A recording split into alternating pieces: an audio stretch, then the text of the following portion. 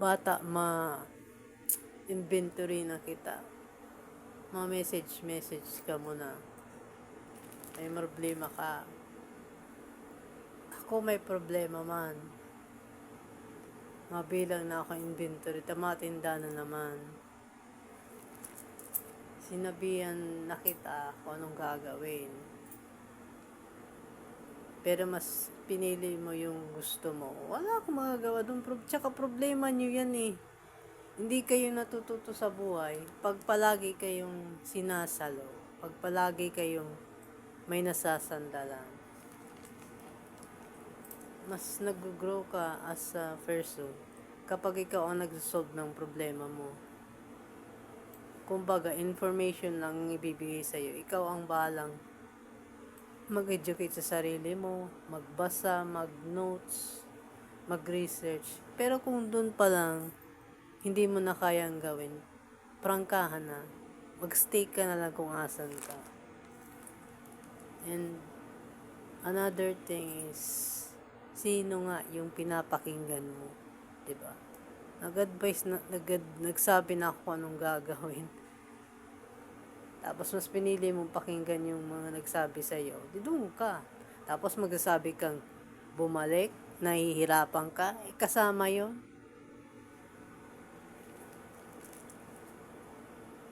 Diba? Pangit yun. Mangiistorbo kayo ulit ng tao. Diba? You had your chance, but you take it for granted. Kasi isip mo, yung tao palaging nandyan para sa inyo. Ang iniisip nyo lang palagi, yung sarili nyo. Na kayo lang may problema. When in fact, ako, may problema din.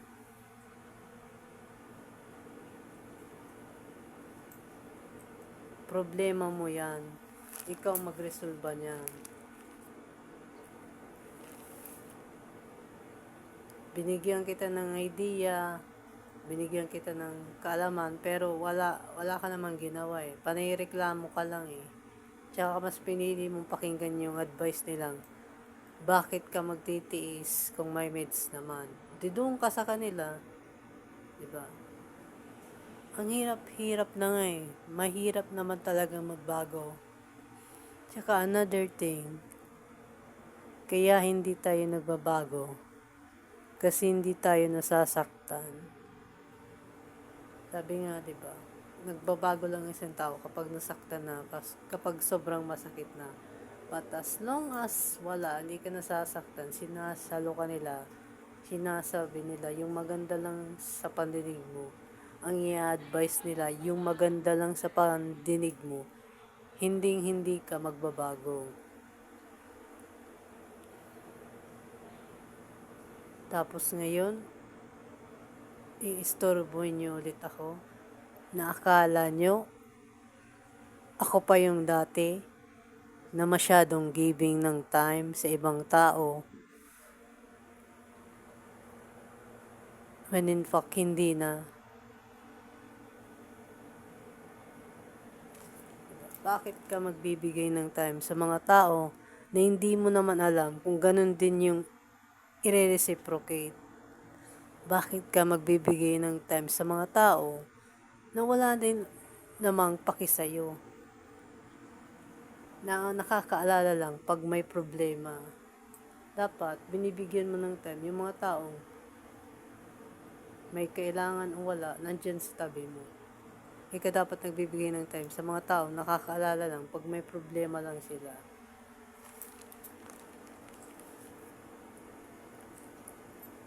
Kaya ka hindi natututo sa buhay kasi palagi kang sinasalo. Hindi ka tinitiis ng mga tao sa paligid mo. Tapos magsasabi kayo nahihirapan na kayo. Ikasama naman talaga yung hirap dyan.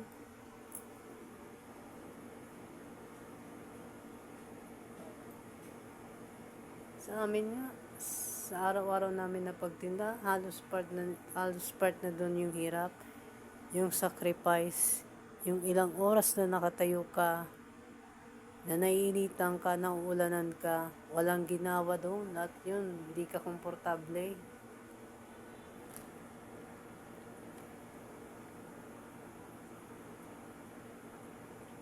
Pero, pero nagpapasalamat ako kasi doon ako natututo. Wala akong sasandalan, wala akong aasahan. Dahil kapag masyado kang nakasandal, nakaasa sa ibang tao, hindi ka matututong tumayo sa sarili mong mga paa. Kaya minsan,